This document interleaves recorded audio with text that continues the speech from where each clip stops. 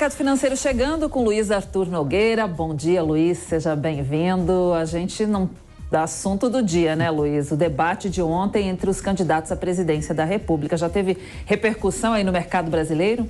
Verdade, Cláudia Barto, bom dia a você, bom dia a todos. Muito obrigado a você pelo carinho da sua audiência. Olha, o dia seguinte do debate positivo no mercado financeiro. Tivemos também dados importantes divulgados agora de manhã pelo Banco Central. O PIB, Produto Interno Bruto, que é a prévia calculada pelo Banco Central do mês de agosto, houve uma queda, mas no acumulado em 12 meses o resultado é positivo. Também tivemos, como tradicionalmente ocorre às segundas-feiras, o Boletim Focus, com projeções mais otimistas para o Brasil no ano que vem. Tudo isso e muito mais a partir de agora no mercado financeiro, que traz as principais notícias da economia e do mundo das finanças. Vamos começar então indo para o telão com o PIB do Banco Central divulgado hoje referente ao mês de agosto. Reparem que a gente vinha com 2 meses consecutivos de alta, 0,75% em junho, 1,67% em julho e agora em agosto uma retração de 1,13%. Ou seja, muita oscilação no mês a mês. No próximo gráfico, a gente tem uma dimensão melhor, porque a gente tem um acumulado em 12 meses. A gente chegou num pico de 4,91%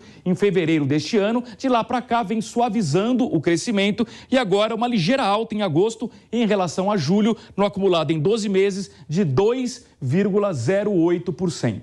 E no próximo gráfico, o Boletim Focus, com boas notícias, pela 16ª semana consecutiva, o mercado projetou para baixo a inflação deste ano agora, de 2022, agora em 5,62%.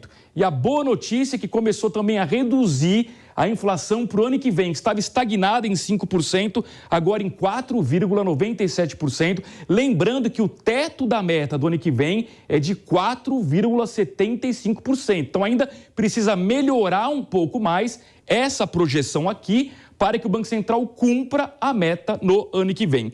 Em relação a PIB, também reparem, setinhas para cima, de novo o mercado aumentou, elevou a previsão de crescimento econômico do Brasil neste ano, 2,71%. E outra boa notícia, começou a melhorar o PIBinho previsto no ano que vem, agora em 0,59%. Vocês lembram que quando o mercado começou a reduzir crescimento para o ano que vem, reduziu, eu disse, pessimismo exagerado, nem sabemos quem vai ganhar a eleição e o mercado já está dizendo que o crescimento será medíocre no ano que vem. Calma com esse pessimismo, porque no ano passado o mercado também fez uma previsão muito ruim para 2022, também era um crescimento de 0,5%, teve banco que falou em recessão de 0,5% e o resultado final é um crescimento acima de 2,5%. Agora, em relação ao câmbio, sem surpresas, dólar no final do ano, R$ 5,20, dólar no final do ano que vem, R$ 5,20. E taxa Selic também sem surpresas. Neste ano ela fica congelada no atual patamar de 13,75%. Se tudo der certo, a partir de meados do ano que vem, o Banco Central começa a reduzir gradativamente os juros, encerrando 2023 com taxa Selic a 11,25%. E para tratar desse assunto, desses vários assuntos, na verdade, nós temos um convidado especial aqui nos estúdios da Jovem Pan News, é o Pedro Paulo Silveira, diretor de gestão de recursos da Nova Futura Investimentos. O Pedro Paulo Silveira, que há décadas é conhecido no mercado financeiro como Pepa. Pepa, bom dia, seja bem-vindo, tudo bem? Bom dia, Luiz. Obrigado pelo convite, é um prazer estar aqui com você de novo. Queria que você desse uma rápida pincelada, que se surpreendeu o IBCBR desse mês de agosto com uma queda no acumulado em 12 meses acima de 2%? Sim, surpreendeu, basicamente porque o setor de serviços veio muito bem, né? Apesar do varejo ter caído, o setor de serviços vem se recuperando fortemente.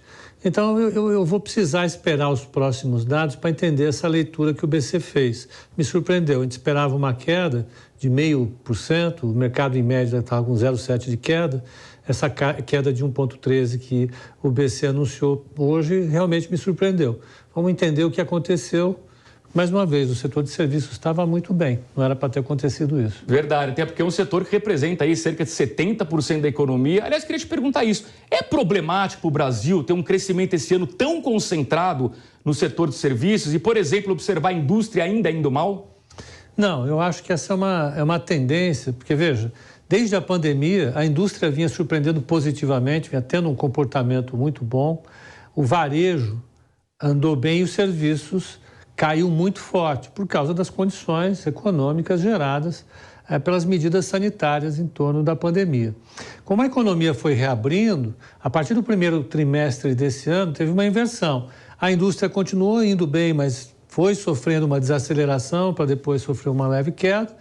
E a mesma coisa aconteceu com o varejo. Então, agora sim, o descolamento é o setor de serviços subir, contribuir bastante, devolver um pouco daquele problema que a gente viu, muitos restaurantes fechados, cinemas, enfim, todos esses segmentos, até mesmo no setor de saúde, a parte de exames, a parte de internações eletivas sofreu bastante durante a pandemia, porque está todo mundo concentrado na própria Covid, e agora isso se normaliza. E a indústria, que já vinha num patamar alto, e o varejo também, apesar de estarem com um patamar muito próximo, ainda que acima, alguns deles, em relação à pré-pandemia, agora dão uma estabilizada. Tudo normal nesse campo. Pepe, eu queria o seu olhar para 2023. Você está otimista com o Brasil, está cauteloso? Esse otimismo ou essa cautela depende do resultado das eleições ou independe? Como é que você enxerga o crescimento do Brasil no ano que vem? Olha, Luiz, tem um desafio enorme que é o próprio setor externo, o próprio mundo, né? A gente pode conviver com um crescimento muito baixo ou com uma recessão. A China, inclusive, tem um papel a cumprir cada vez mais, vamos dizer assim, desconhecido, inesperado para a gente, porque a situação da China é complicada no que diz respeito ao setor imobiliário, eles têm lá os desafios deles. Então, o setor externo não vai contribuir positivamente para o Brasil. E aqui vai depender das eleições, vai depender de como é que a casa vai ficar depois de tanta mexida que a gente teve esse ano. A gente teve redução de ICMS, a gente teve redução de impostos, a gente teve o aumento do auxílio emergencial. Você teve uma série de medidas fiscais ao longo desse ano que o ano que vem vão precisar ser reordenadas. E vão ser reordenadas em torno de um governo que até agora a gente não tem certeza qual é. Pode muito bem ser o governo reeleito do Jair Bolsonaro ou pode ser um novo governo como o Lula, que vai precisar comprar a confiança do mercado. Isso vai implicar numa política fiscal mais severa, na minha visão. Então, eu acho que a gente tem muito desafio. O mercado não está tão exagerado a ter uma leitura conservadora para o ano que vem, mas eu acho que a gente pode ter surpresas positivas, como vem tendo desde 2020, como você muito bem salientou, o que é uma surpresa, porque até 2020 o mercado sempre foi muito otimista com o crescimento. Normalmente a gente errava, que eu faço parte dos analistas que erram no mercado financeiro, a gente errava para cima, a gente achava o crescimento maior e ele acontecia menor. E ainda bem que tem acontecido exatamente o contrário. A gente prevê um crescimento, a economia entrega um crescimento melhor. Vamos ver como é que vai ser para 2023. Verdade. Por falar em surpresa positiva, eu quero colocar o tema inflação. O Brasil vem com 3 meses consecutivos de deflação. E eu quero mostrar uma reportagem do repórter Victor Hugo Salina, que traz a palavra do presidente do Banco Central, Roberto Campos Neto, que diz o seguinte: olha, bacana, Brasil 3 meses seguidos de deflação, mas cuidado, porque a batalha contra a inflação ainda não está ganha. Acompanhe. A inflação tem caído seguindo as previsões e deve encerrar o ano em torno de 5,7%. Na semana passada, o IBGE divulgou que o IPCA de setembro recuou 0,29%. A terceira deflação seguida foi mais uma vez puxada pela queda dos preços dos combustíveis. O economista-chefe da Austin Rating, Alex Agostini, avalia que a queda nos preços é conjuntural. A gente sabe que ela é conjuntural porque foi motivado por alguns fatores. Primeiro, a queda do preço dos combustíveis, que já vem acontecendo desde julho, com aquela mudança da regra do ICMS, que foi um movimento que o governo federal conseguiu antecipar, porque já havia esse entendimento junto ao STF e aconteceria isso em 2024, então o governo conseguiu antecipar. Isso foi um benefício para toda a economia brasileira, pelo momento que passava, mas também houve um momento em que aumentou o preço de alimentos por conta de um fator sazonal, o clima muito seco atrapalhou muito a produção de grãos, a produção de hortaliças, leguminosas e também do leite. Vai lembrar que há um mês atrás o leite foi o grande vilão da inflação. E agora, voltando à normalidade, tendo a regularidade da oferta, por conta do clima, né, que está voltando à normalidade. Então, os preços despencaram, tanto que em setembro um grande destaque de queda foi o preço do leite. Segundo Alex Agostini, a inflação no país deve se encaminhar para o centro da meta. Para o doutor em economia e diretor do IBMEC São Paulo, Reginaldo Nogueira, essa tendência deve dar mais tranquilidade ao Banco Central para manter a taxa básica de juros nos patamares atuais, em 13,75% ao ano. O mercado espera, e todos os indicadores apontam para isso, que essa inflação vai continuar a cair até dezembro. Então, é esperado ali uma taxa em torno de 5,6%, talvez 5,7%, alguma coisa, né, ainda não dentro da meta, não tão baixa, mas a gente deve ter ainda uma queda nesse período. E é esperado ainda que essa queda continue no próximo ano. Então, a gente deve sair de uma inflação aí em torno de 5,7%, 5,6% esse ano, para algo ao redor de 5%, um pouco abaixo disso em 2023. E aí, já em 2024, as expectativas nos colocam novamente numa inflação em torno de 3%. O economista Alex Agostini ressalta, no entanto, que os preços em outubro não devem seguir no mesmo patamar do mês passado. Provavelmente agora, no mês de outubro, nós vamos ter uma aceleração de novo nos preços, de forma moderada, algo em torno de 0,30%. Essa é a projeção da Austin, a média de mercado está muito próximo disso. E aí nós devemos fechar o final do ano ali em torno de 5% a 5,5%. Ou seja, houve um ganho da inflação muito positivo. Isso tem que ser incorporado em relação às expectativas futuras, para que o Banco Central vá observando e tomando decisões de que possa cada vez menos onerar a economia brasileira. O economista Alex Agostini destaca que a criação de empregos no Brasil passa justamente pela recuperação econômica. Ele acrescenta que o próximo Congresso Nacional terá de discutir as reformas tributária e administrativa. Muito bem, aqui nos estúdios da Jovem Pan News, Pedro Paulo Silveira, diretor de gestão de recursos da Nova Futura Investimentos. Queria ouvir sua opinião sobre a inflação no Brasil neste momento, se o Banco Central vai conseguir cumprir a meta do ano que vem e se, na sua visão, foi correta a decisão do Banco Central que parou de subir juros e a partir de quando você enxerga espaço para começar a reduzir a taxa Selic.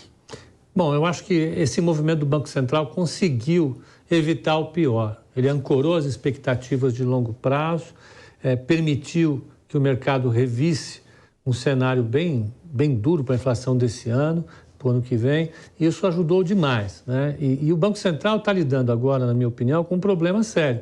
Como a gente discutiu um pouco antes, e como o Alex falou muito bem aí, a gente tem o setor de serviços crescendo bastante, o mercado de trabalho está crescendo bastante. O problema da inflação não acabou. É o que o Roberto Campos Neto tem falado insistentemente, junto com os outros diretores do Banco Central. Então, a gente precisa olhar, observar muito bem o que vai acontecer. Hoje saiu o IPCS da Fundação Getúlio Vargas, o índice semanal. Ele já está rodando acima de 0,4 de novo. Então, a gente tem que observar o que vai acontecer com duas medidas que eu acho importantes do IPCA. É o índice de difusão, que diz quantos preços estão subindo, quantos estão caindo. Ele desacelerou, isso é importantíssimo. E outro indicador é a média dos núcleos, que faz a gente olhar a inflação, não tanto esse pulo que ela dá para cima e para baixo o tempo todo, mas olhando a tendência dela.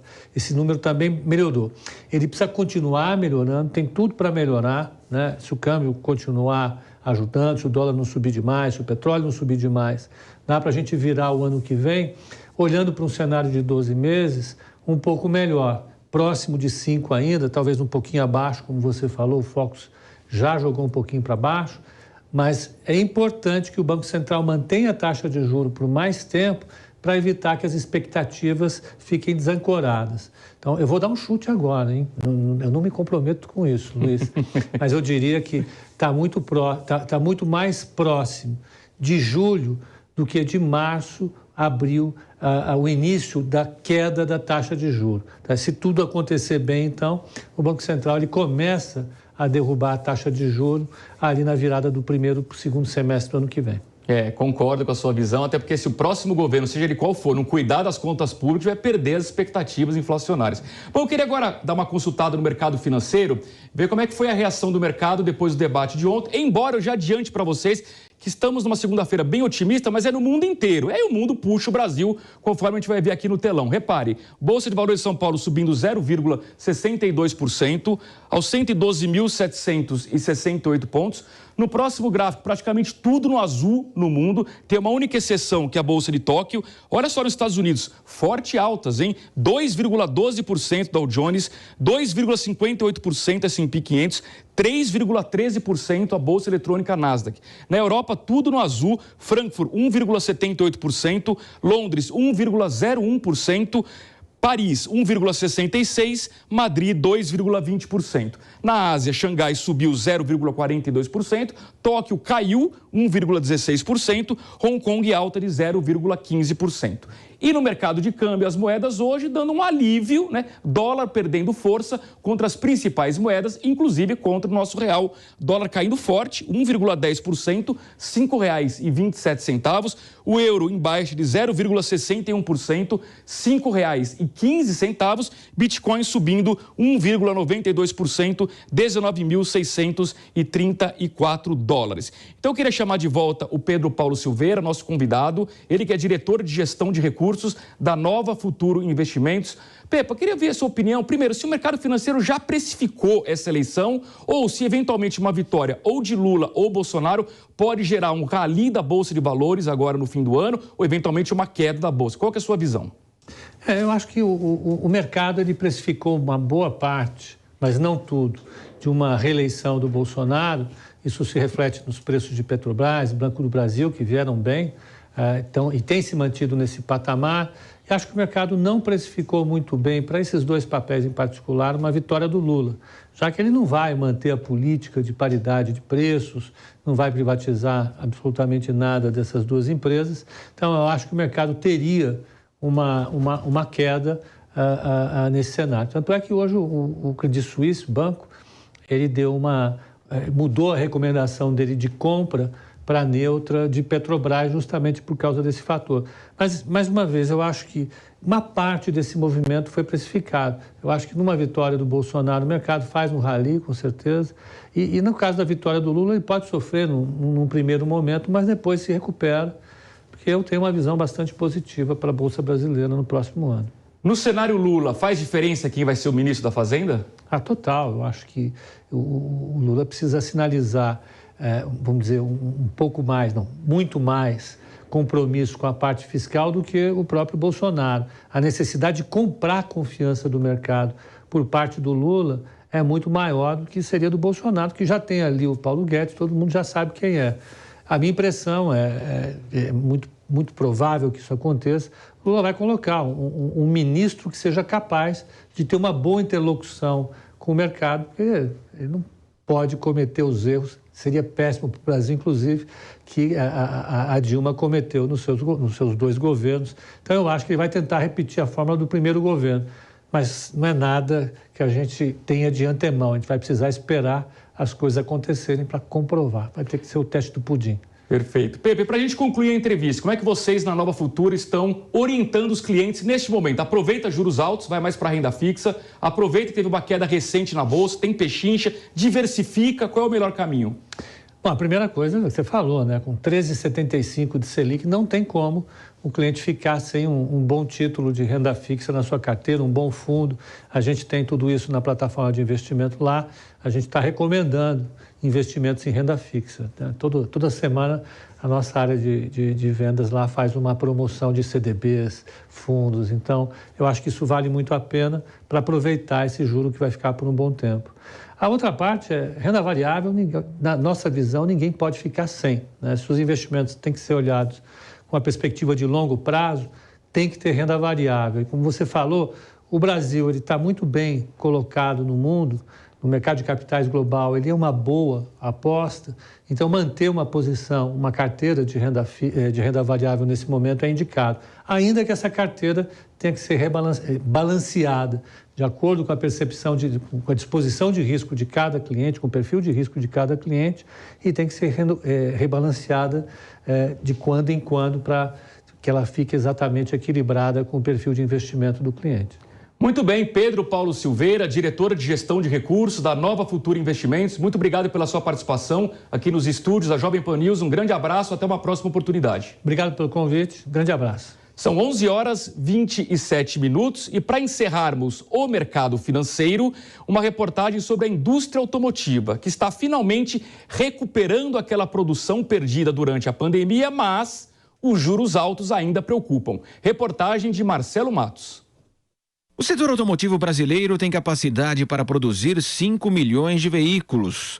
O recorde foi registrado em 2013, com 3 milhões e 740 mil unidades. A grande expectativa de crescimento trouxe marcas e importadores regulares ao país.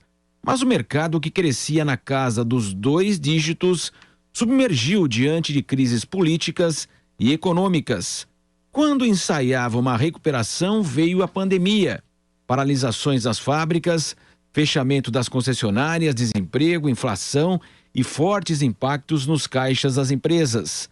A normalização esperada após a vacinação em massa também veio acompanhada da quebra das cadeias produtivas de suprimentos e forte alta nos custos logísticos. O mercado automotivo ainda sente os efeitos da falta de peças e também do aumento dos preços dos custos logísticos. Aqui no Brasil, inclusive, nós teremos aí uma recuperação, avalia o presidente da Anfavea, que é a Associação dos Fabricantes, Márcio Lima. Que durante o período de alta de juros foi exatamente o período que nós tivemos limitação de produção. Então não impactou. Então, com o fim da elevação de taxa de juros e uma expectativa de redução a partir do próximo ano, isso vai acabar acomodando o setor e permitindo um crescimento. Ainda em setembro, 2 fábricas paralisaram sua produção no Brasil, mas o presidente da Anfavea, Márcio Lima, comemora os 208 mil veículos montados, um aumento de 19% sobre setembro de 2021. No acumulado do ano, a produção somou 1.750.000 carros comerciais leves, caminhões e ônibus, uma alta de 6,3% em relação a janeiro a setembro do ano passado. A partir do próximo ano, a gente vai ter um cenário mais claro. O nosso setor trabalha com uma redução da taxa de juros e uma retomada e uma inversão naquela curva entre vendas à vista e vendas a prazo. Quando ela vai ocorrer? No início do ano? Provavelmente não. Ela deve ocorrer um pouco mais no decorrer do ano, mas com uma tendência de redução, porque a própria inflação reduzindo, isso deve favorecer e bastante o nosso mercado. A alta da Selic impacta no custo dos financiamentos, afasta os consumidores do carro zero e também a maior restrição dos bancos na concessão do crédito, após a alta na inadimplência. Mesmo com o maior impacto na aprovação dos empréstimos nas vendas de motos, o segmento não para de crescer, explica o presidente da Abraciclo, Marcos Fermanian. Pela segunda vez no ano, revisamos as projeções para cima. A nova perspectiva é de que sejam fabricadas 1.420.000 unidades, o que corresponde a uma alta de 18,8% na comparação com o ano passado. Apesar das unidades fabris manterem a curva de produção ascendente, o mercado pede mais. O consumidor encontra na motocicleta um veículo ágil, econômico e com baixo custo de manutenção. Ainda estamos longe do recorde atingido em 2011, quando foram produzidas mais de 2.100.000 unidades. Mas acreditamos que iniciamos um ciclo de retomada do crescimento.